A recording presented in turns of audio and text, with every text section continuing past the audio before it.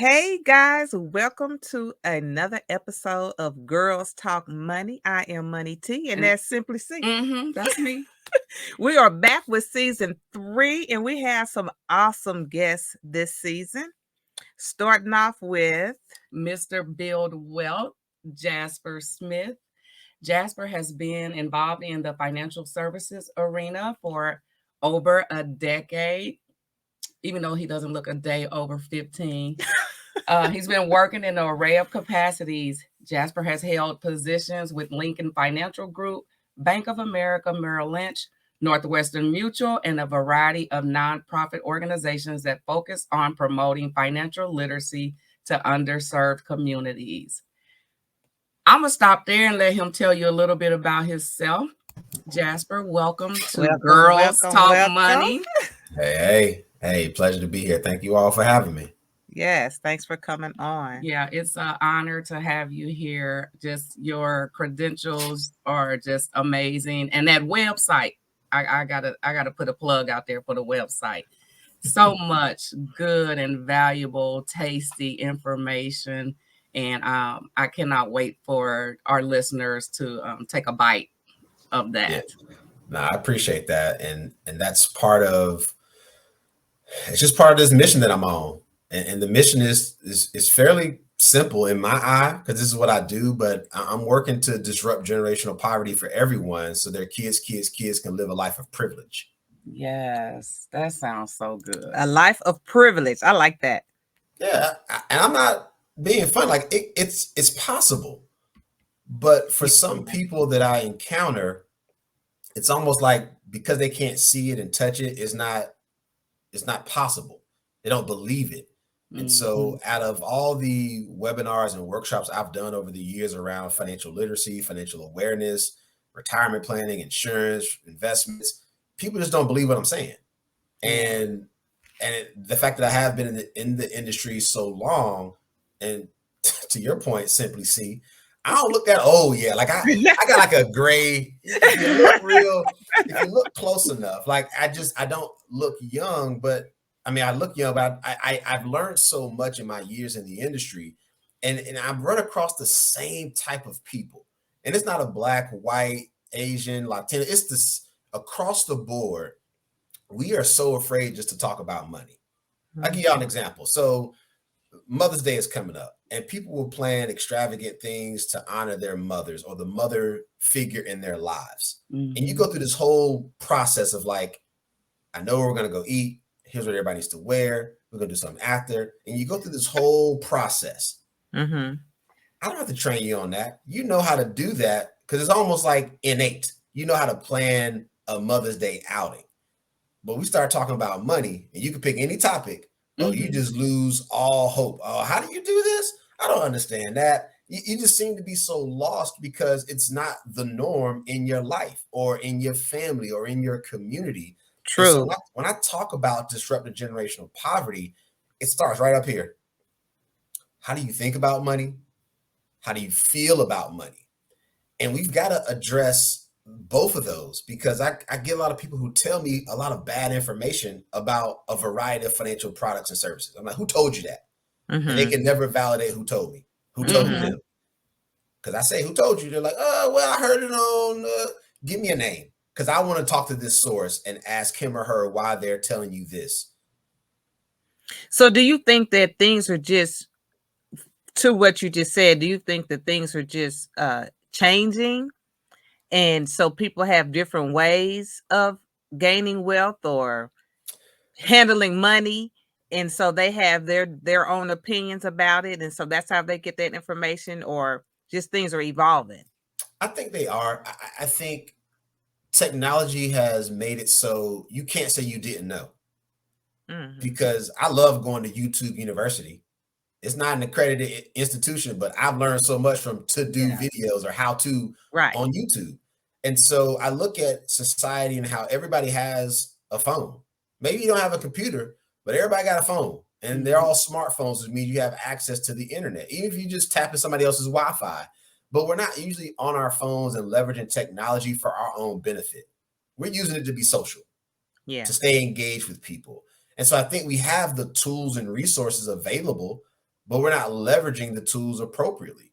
It You know, could be for fear of the unknown too, though. it is because nobody else in their family talks money. So if you grew up in a household where talking about money was grown folks' business, you got financial issues right now. Just because your parents told you you ain't grown, get out the room, we'll figure. So you didn't know that your family was struggling. Like if you've ever heard of people who share their stories of, we used to be poor and we didn't really know that our parents didn't make that much money, or grandma and grandpa, the auntie. Like as an adult, you're like, y'all did a really good job of hiding all these issues, but now I have those same issues because you didn't unpack them, and now I don't unpack them. So you're a Yeah. grown person and you still afraid to tell somebody how much money you make. Bet money. Ask your friend when you finish up today, this session, text somebody like, yo, how much money you make? And they can be like, what you want, who you working for, you with the FBI, why you asking? But if you, again, ask about, you trying to go to the club tonight, it's a whole, certain questions we ask don't raise in like there's no alarm when it's fun, when it's comfortable. But just asking somebody how much money they make, you could be in a totally different industry and they still like, ooh, it's a little personal. But y'all were just out last night doing some fun stuff, and there's no problem having that discussion. So part of my efforts and my movement is can we get comfortable talking money? Can we think about money a little bit differently? And can we unpack those emotions or feelings as it relates to all these financial concepts? Because when I hear people talk, I'm actually listening, and I'm listening for those key words. Well, I feel like I'm living check to check. It's because you haven't tried to do a budget. I'm not saying budgeting sucks. I hate it too, but it's a great tool. Yeah. Find the budgeting strategy that works for you, not what people like me tell you to do. What's going to work? What's going to get you to move? What's going to get you to act? What's going to get you to make the commitment? I can't do it for you. I wish I could, because everybody would be better off. But a lot of people do need a blueprint. They need something to guide them that way, because sometimes it's just like a blank sheet of paper. Oh my God, I don't know where to start. Yeah. That's the biggest one I get. I don't know where to start. I'll tell you where to start. Right where you are. I mean, it sounds easy, but the concept of income and expenses is like, they don't even know that to just get started. Like where do I begin, and how do I put this all down and create a budget or a spending plan? It's like we do need tools. We have to give them the tools. Here's one. Here's what I'll do. I'll share this with you and your listeners, viewers. Nobody likes doing a budget. I'll say nobody. Very few people. We're talking like a small percentage of people who actually like calculating, here's my income and here are all my bills. Very few. So here's what I have people to do as a way to get you to see where you're spending your money. Because then I know budgeting isn't that hard once you've assessed what you're actually doing. And so what I have people do is called the once challenge. So the once challenge says you got to look back at the previous 3 months of your bank statements, whether it's your checking account, credit cards, whatever you use, and you get a highlighter and just highlight all the stuff that was a want, like anything that wasn't necessary to live. You just highlight it. And what you're going to find is you have that extra money to save, to pay down debt, to invest, to do whatever it is you said you wanted to do. You have the money, but you're just not focused on your spending. And so what I found is that people will do that activity. Oh, it's an eye opener, because one, you're going to laugh at yourself. You can be like, oh, that was me. Yeah, it was you that swiped that card. It was you that, you memorized your credit card number on Amazon. It's unbelievable. People can remember their credit card number, expiration date, the special code.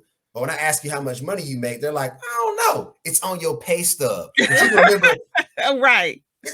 Do y'all see, like, this is the stuff that I laughed. I'm like, this is crazy. You are capable of remembering a whole bunch of digits on a card, multiple sets of digits, but you don't or have never checked your pay stub to see what your actual take-home pay is. It's those types of disconnects that let me know people ain't ready for financial planning. They're not ready to disrupt generational poverty because we haven't mastered the basics. And I'm talking the basics. How much money do you make? How much money goes out of your bank account every month? Just start there. So have you told us, so I love that blog, Disrupting Poverty, Generational Poverty. So have you basically told us like overall what that looks like to you in that movement? Yeah, you asked for a blueprint. It's what I think I list 15 things. If anybody would just look at that list and start checking them off one by one, bet money their family's dynamic will change forever. I was very intentional about the 15 things that I listed. So you asking for a blueprint, there's another one. There are thousands of blueprints out there. Which one will you as the individual actually commit to? Yeah. Information is great. Knowledge is great. But when we don't apply the knowledge, it's useless. Knowledge is power. No, it's not. You're the smartest dumb person I know. I hate seeing people who got more degrees with me who still struggle with financial planning because they never got an education in the language of money. You are a specialist in whatever career field you decide to go down and pursue. But with money, it didn't come with instructions. There's no school that you have to graduate from to be successful at finances. You don't get it in our school systems. You get a little bit depending on what community you were born into. So you all having a platform like this where you're having this discussion, maybe somebody listens to this and actually reads the article, the blog that I posted, and try one of those 15 things and watch their life change. They will never tell me they read it. They will never tell me they acted upon one of those 15 items. But those are very intentional things that if you check off all those things on your list, I guarantee you change the outlook of your family today and those future generations. And that's where we begin to disrupt generational poverty. But they don't believe it to be true because maybe I'm not credible enough. I don't have enough gray hair. I've only been in the industry, I say over a decade because I'm not at 15 years. I'm like at 13. So I say over a decade. But when I get to 15 years, he's still like he's 12, right? So I'm trying to tell y'all that I do this every day. And what I see wealthy people do is the blueprint I've laid out in that piece. Just that one piece is all, it's intimidating. So don't try to take on all 15. When we talk about this fear and embarrassment, it's because it's too much. I'm hitting you with 1,000 things. And you're like, bro, I need one thing today. I'm trying to get to next week. So you can't hit me with 15 things I should be doing. You know what? Money T, Simply C, what's like the one or two things you need to work on right now? And let's just focus on those one or two things. And let's just not worry about the other 998 things. Right. Yeah. And it's a consistency, right? Like pick one thing and do it consistently. And when that becomes a habit, then pick another one and add to. That's where I know for me personally, trying to pick one thing, maybe two to change consistently, and then add something else to that. It's just like working out or trying to train for a 5K. I was gonna mention it, but we talked about that. So I talked about my journey to becoming a runner. I didn't just wake up and run 26.2 miles. I didn't just do that. I did a whole bunch of, there was one point I couldn't do a 5K without stopping. Like I was like, can I run an entire 5K, which is a little over 3 miles? You build it. 5K. I did a couple 10Ks. Then I did a half marathon. Then I did a couple full marathons. But I started right here. And I was in shape. I wasn't in running shape when I started becoming a runner, but I was like, oh, I gotta put some work in. And if I don't, I can't expect great results if I don't train to the point where I can run the entire time and not stop, which has been my goal for every race that I've run.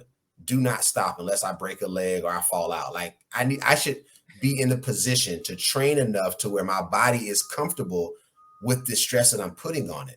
And so we connect that to financial planning. We're so uncomfortable with going through the process that we don't do it. I like your number one, just to write down your financial goals. What is it that you want to accomplish? And that is a awesome place to start, because a lot of times people don't even have a clue or haven't even thought about where they want to be. So if you haven't even thought about it or written it down, you won't get there. Yeah, you won't. And it's not saying if you write it down, it's still it improves your chances of It success helps. when you write it down. Yes, Because it helps. it serves as that reminder that this is important enough that I actually wrote it. I hate people like they say, "Oh, it's in my head." Good. That's not gonna work. I got it up here. Look, I don't trust this some days, and I ain't even old yet. But I'm like, look, I know that I have good days and bad days, and my judgment and thoughts and things get cloudy up here. Yes. Not when you write them down. I'm in my right mind writing this goal down. Yeah. In my right mind, and then you use that as your own, like become your own accountability partner. And so what I also find is that people feel like they're on an island. So I'll connect with an individual as a client and like, well, you know, my spouse doesn't talk money, you know, my family. I'm like, and that's okay with you? I think we're almost too afraid to do something different. Don't you know that being poor in this whole world, it sucks. Not having money sucks. And there's no nice way to put it. So how about we start trying to do things that will put ourselves in a better position currently and for the future? Because I haven't met a grandparent yet who doesn't want anything and everything for those grandbabies. Right. So whatever they couldn't do with their kids, they have just skipped their kids. I raised them, screw them. They got some little babies. And they're like, we got a second chance to get it right. And I'm talking about they got some little babies. Right. I'm sorry, I just stuck on that because them little babies, boy. We got a chance. They're not old enough. We can mold and shape them.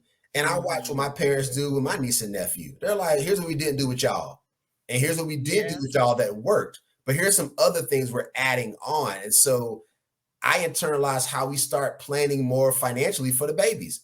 Everybody gets an 18-year head start. So why do you wait till your child's a junior in high school? How are we going to pay for college?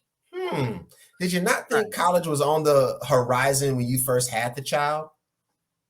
Let me know. And just so y'all know, I'm not trying to pull your leg. I have a child due in a week or two.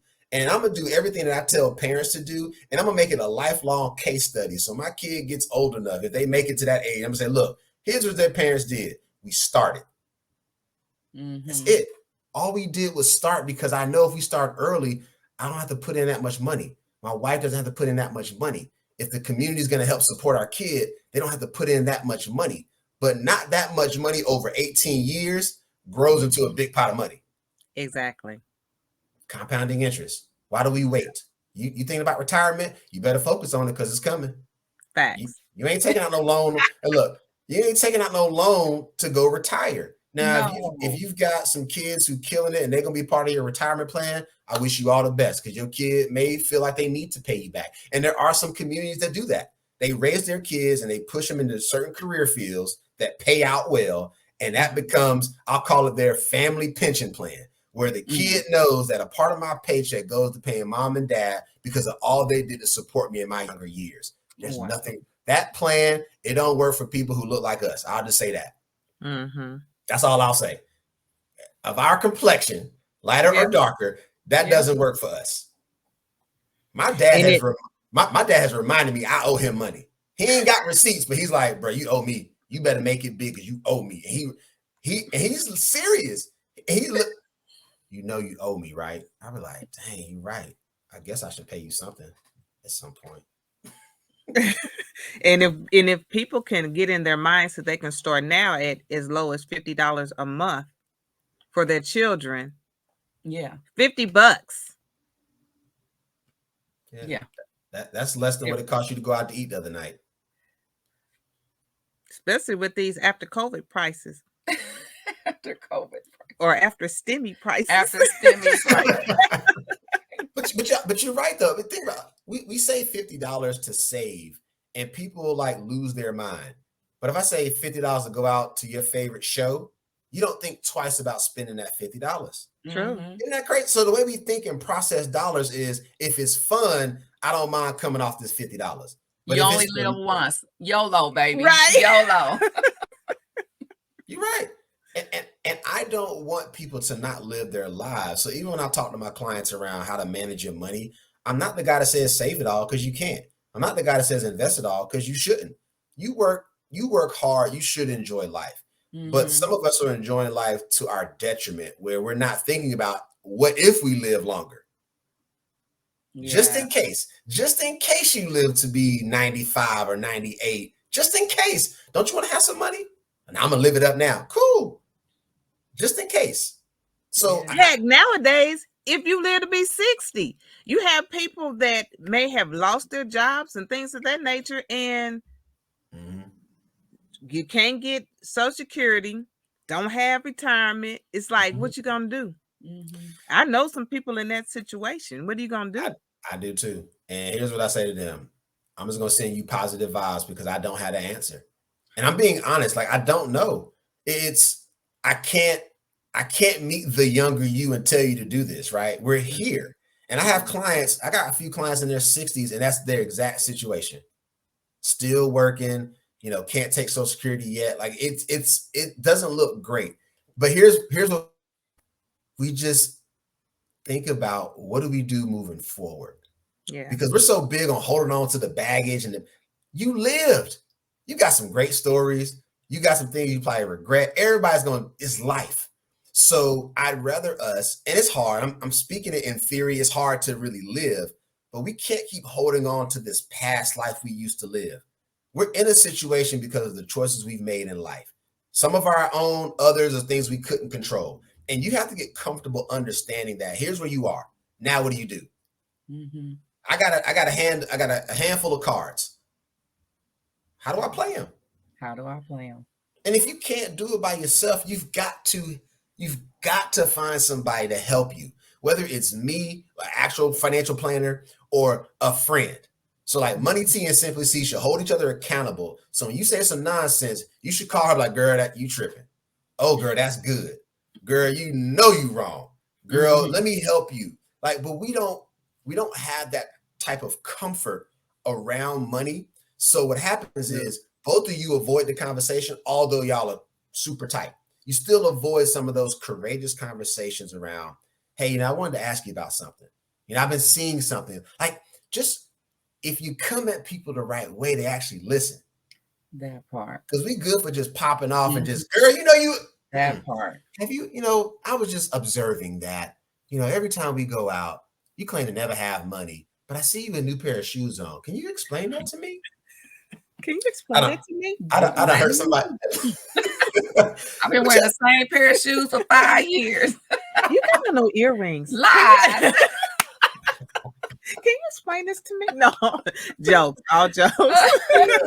but think about if we were able to get comfortable. If we could just get comfortable, we could do financial planning. Yeah. If we just got comfortable, you don't have to be the smartest person. You don't have to have gone to school. If you just are willing to make a commitment to understanding your situation, and I say your situation because Money T's situation is different from Simply C's.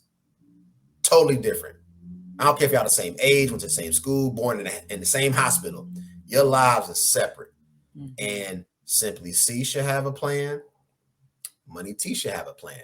There are going to be some commonalities that can cross over, but overall, your plan needs to be unique to you. And that's what I think in today's time with technology and information, we're so inundated with stuff that doesn't apply to us. And I'll give you the example because here's the example that I have to bring up because we are distracted by the new shiny toy, which is cryptocurrency and NFTs. And I have a ton of people who will constantly ask me about it. And then I'll simply say, hold on, before we talk about crypto and NFTs, your credit good? Do you have an emergency fund? And I jump from like the far end of the spectrum because I just got to see, is it worth me even giving you some of my time to have this nonsensical conversation when you got bad credit?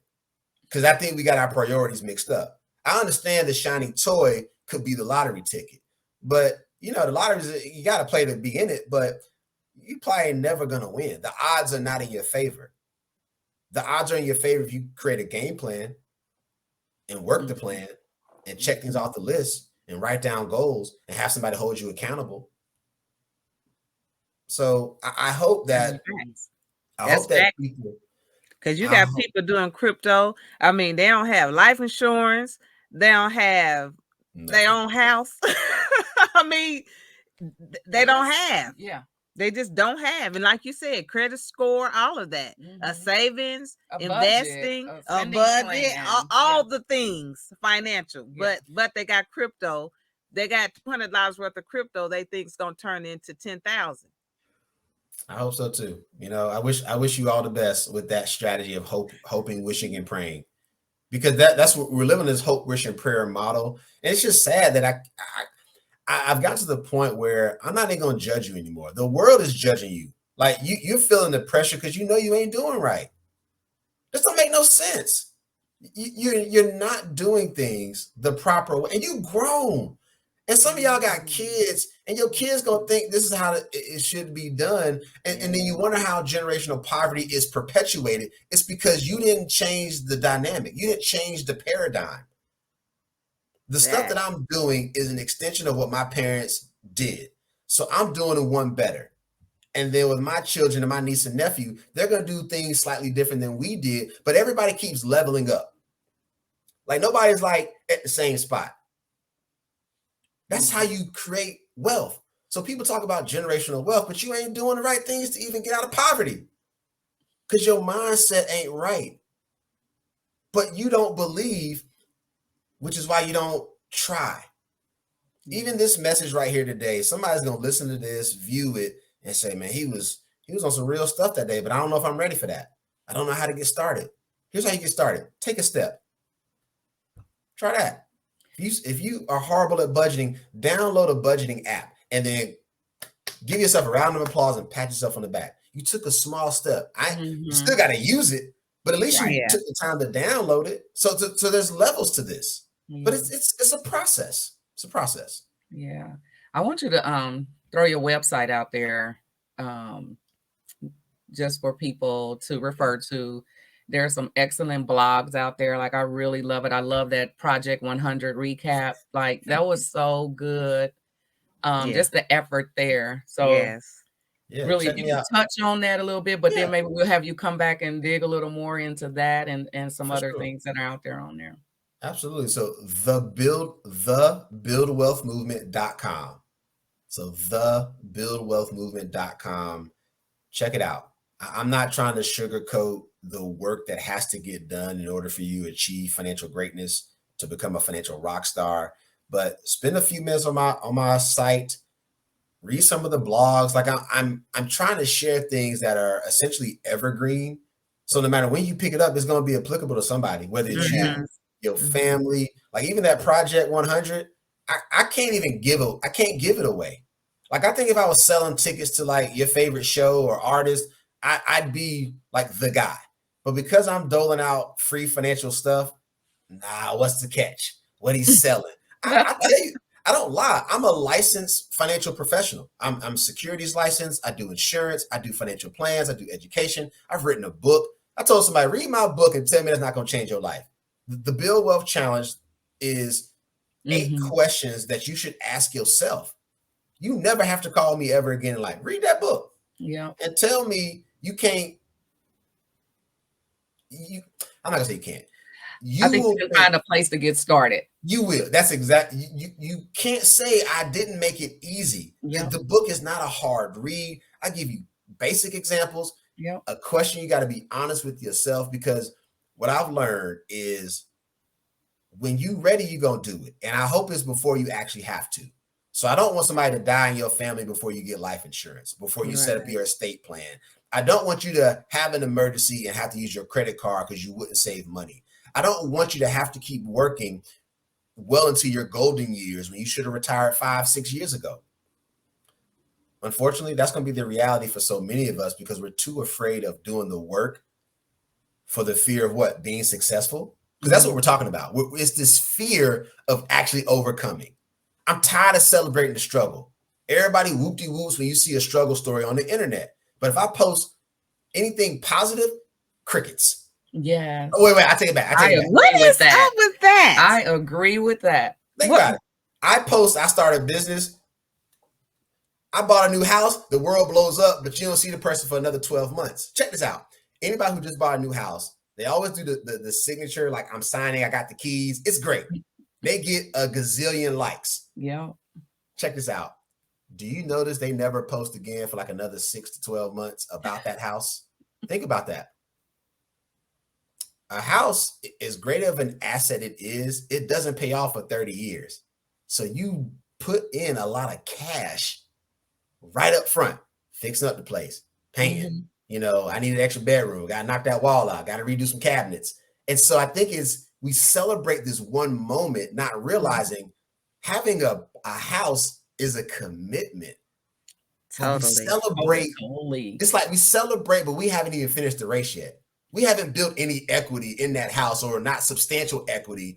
But the world goes crazy over like a little bit of success, because that is our understanding of success. I finally got my house, and now you got a mortgage and you have an asset. So it's kind of a wash on your balance sheet. My bad. You don't know what a balance sheet is. Let me take a step back. So I'm going to shut up with all this stuff, because I started just observing what we celebrate and what we give our time to. But let me post a sad story today on the internet. The world will, Jasper can't figure it out. But when it's positive stuff that can really uplift us, nobody shares it. Nobody likes it. Nobody makes a comment. But if you say you stressed out about your kids, post that today. I'm stressed because my kid getting on my nerves. Girl, my kid said this today. And I can't get y'all excited about money. And we've had that conversation. It's like, what does it take to get people excited to learn or to change or to build wealth or to change some mindsets? It's like, what do we need to do to get people share the video? Yeah, all the things. Do we need to be twerking? I mean, what? Yes. So So y'all remember? I think during the last election they had, I think it was strippers or something in Georgia who were talking about getting out, go vote, but it was like all strippers. It was a great commercial because people went out and voted. Look it up. There were strippers. I want to say it was Georgia, somewhere in the South. They were having strippers encourage people to get out and vote. I'm not making this up, but people laughed. It was funny, but I'm like, there was some old dudes who were like, yeah, I'm gonna go vote because I saw that girl shaking her booty. Like, oh my gosh, that's what it took for you to go vote. Get out of here. You got. But so I don't want to be the gimmick guy. I think that's where I think I struggle and where the movement needs some work. I got to figure out, what do I do to get your attention that isn't super ratchet, that's inappropriate, I'm tired of trying to scare people, but I'm also tired of trying to like be the nice guy. And so I'm stuck in this kind of limbo of, should I really tell them the truth? Or should I keep trying to sugarcoat it? Because neither one of those extremes is getting the results. That's my dilemma as a financial expert, is how do I reach Money T to get Money T to do the one thing she's been avoiding to do for the last 5 years? Yeah. Or last week, or you kept saying, I'm gonna get to it and you never did. I'm gonna get to it and you never did. And life keeps happening to all of us. That's, I think, what gets me up every day is like, how am I going to impact somebody's life? I don't care about selling stuff. Selling stuff just happens because I'm in the business, but it's like, whose family am I really going to change by getting them to wake up? Because we all claim to be woke, but I keep seeing everybody sleep on this money game. Dude. And here's what we got to do, Money T. We have got to keep challenging us to do better. Despite what people will say, at some point, I'm not trying to hurt your feelings, but your feelings are the reason you in this mess, because you keep taking stuff to heart. If you could just think about, I'm trying to guide you, and it's going to be some things that are going to sting. But it doesn't stop me from going through the fire. Like, it hurts when I was training for races. I get sore. I get injured. Like, my knee hurt right now, so I'm not running right now. My knee hurt. So I'm going to take a break. So I'm going to do other exercises in lieu of running out and pounding on my knee. So I don't stop working out. But because I have to let it rest. I have to treat it. See, our financial issues, we're never see them. but for some reason we still don't act. It's like you all familiar with the frog in the hot water analogy. Have y'all heard that one before? Yep. And I've shared that for those who don't know. Hot water in there. You put if you put the frog in the water, start turning up the heat. Yeah. It just sits there and boils. Versus if it's hot water, you drop it in, it jumps right out. I feel like people of certain communities of all backgrounds, we're just sitting in this pot of hot water, watching it get hot, and we're choosing to sit there and just get roasted. That hurts me so much when I know I can actually help. And this takes me to another question. Today's economy and the things that are going on, how do you feel that it is affecting this wealth gap or the poverty issue that is going on? Because, I mean, things are getting worse. For sure. Yeah. And when things get worse, it's tougher on certain communities in this country. Exactly. And think about when times are good, people don't want to do any planning. When times are bad, everybody wants to wake up. So the solution is come up with the game plan no matter what's going on in the world.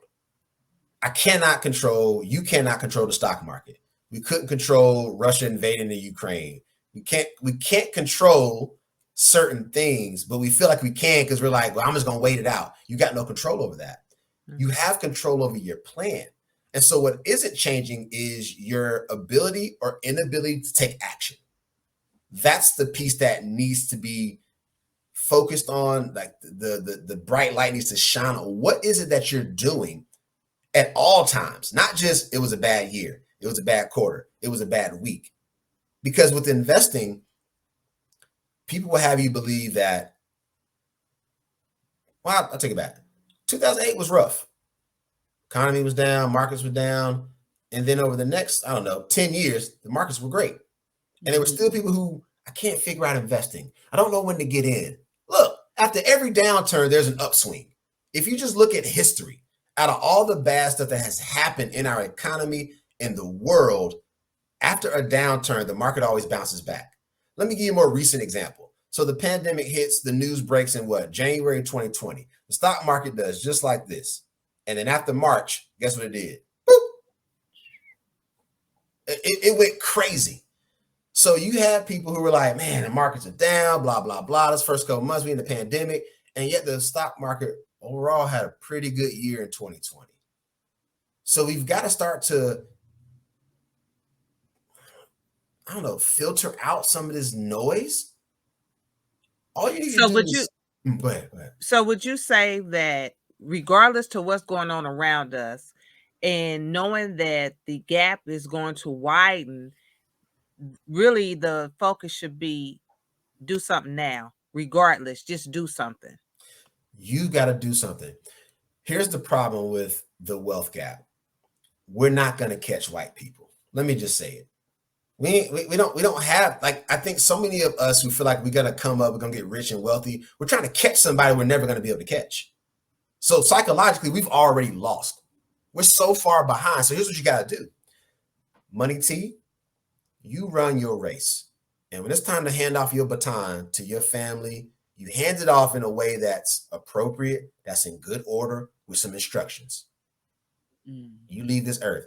Then the next generation grabs that baton in perfect transition, and they run as fast as they can in their leg.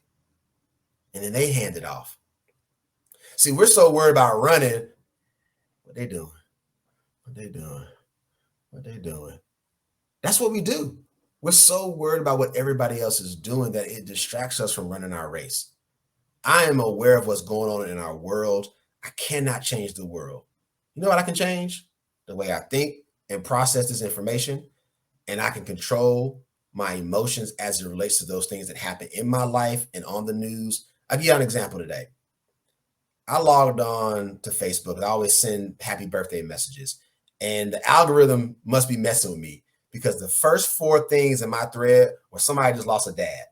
4 people I know just lost a dad in the last week. And I was like, I don't think that happened on purpose. Maybe because they know I sell life insurance, but the algorithm, literally, I logged on, you see 4 deaths in a row. I was like, I gotta go look at something crazy so I can just get in that 30 seconds of a quick scroll. I just saw death show up 4 times on my timeline. Wow.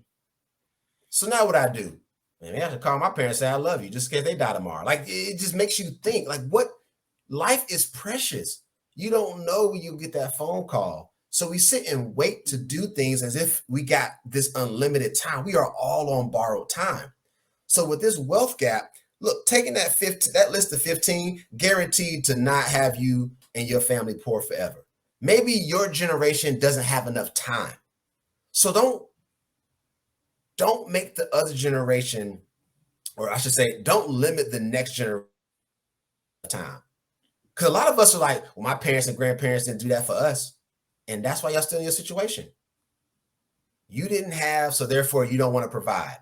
I think simply, see, I was telling you this story where I met a mother, a grandmother, a mother, and a daughter who all had student loans. That money, T, that makes no sense to me. That's Dang. 3 generations. 3 generations. So y'all got all these degrees, but none of y'all thought or saw fit to start saving for college early. All 3 of y'all. That's the kind of silly stuff that I'm like, don't y'all see? As smart as y'all are on paper, y'all didn't figure out the money. There's no reason why at least the granddaughter should not have had a student loan.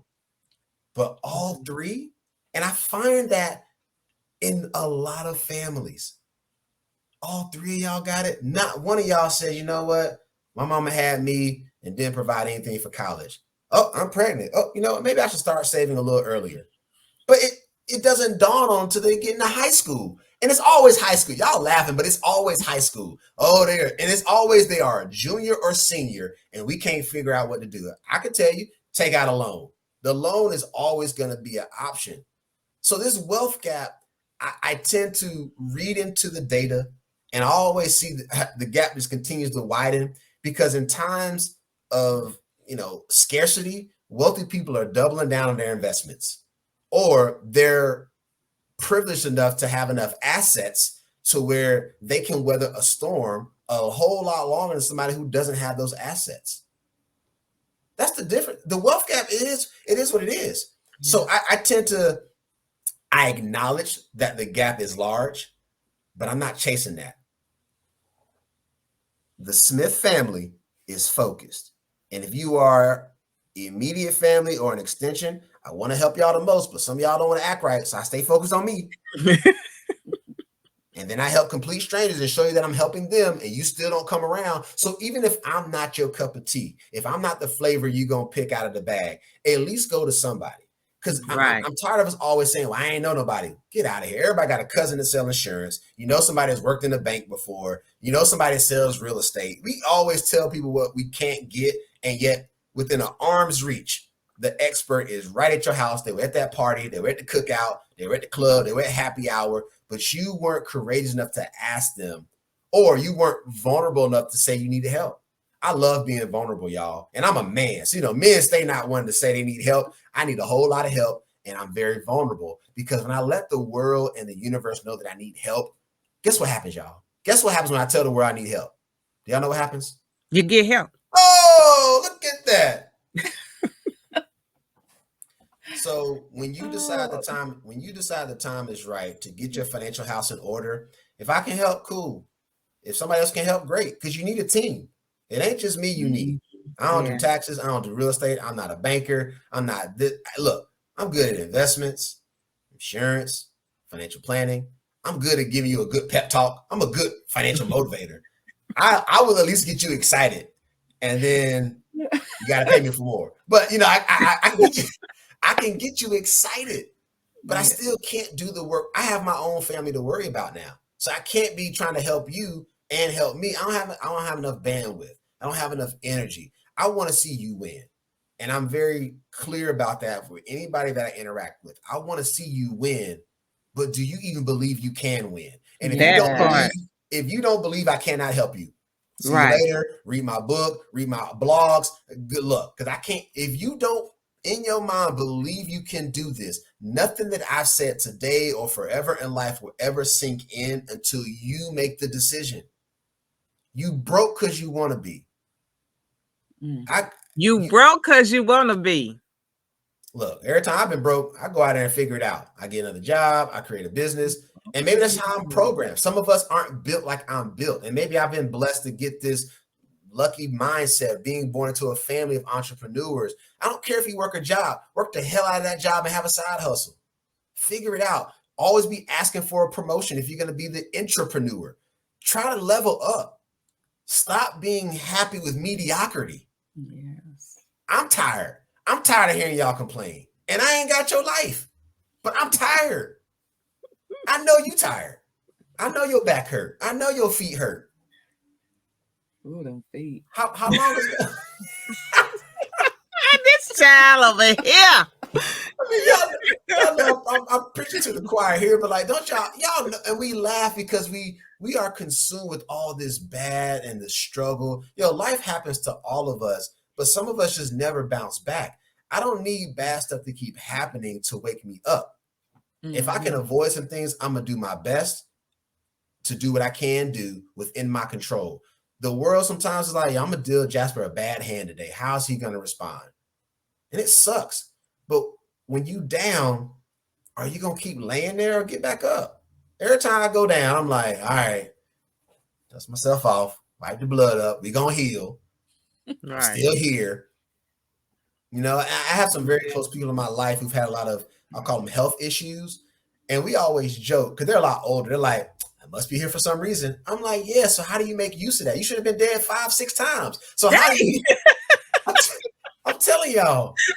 So how do you take advantage of this gift that we've all been given by, we all woke up today. There was somebody who didn't wake up today or yesterday. And so we keep acting as if we have all this time. And I'm like, no, let's stop. Let's acknowledge the fact we all got some work to do. We are all a work in progress. Yes. And I'll end it with this. Whatever I can do to be of service to help people out, I'm here. I'm not hiding from you. I will keep sharing everything that I can to hopefully get you to see it from my point of view so that you can go out here and actually disrupt generational poverty so your kids can live a life of privilege. Yes. And the tambourine. I wish I had a tambourine.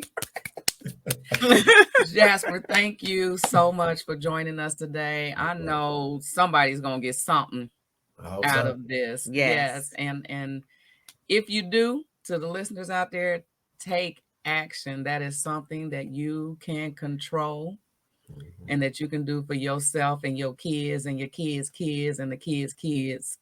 Yes. After that. And drop some comments below. Give us some comments. Give us some feedback. What was that nugget you that you got out of this conversation? Yeah. So thank you for joining us, and we'll see you next time. Toodles. Thank you for listening to Girls Talk Money with Money T and Simply C. Catch us every Monday right here on YouTube at 8 a.m. Central Standard Time. You can also email us at letstalkmoney1969@gmail.com. And remember, as a man thinketh in his heart, so is he. Your money mindset matters.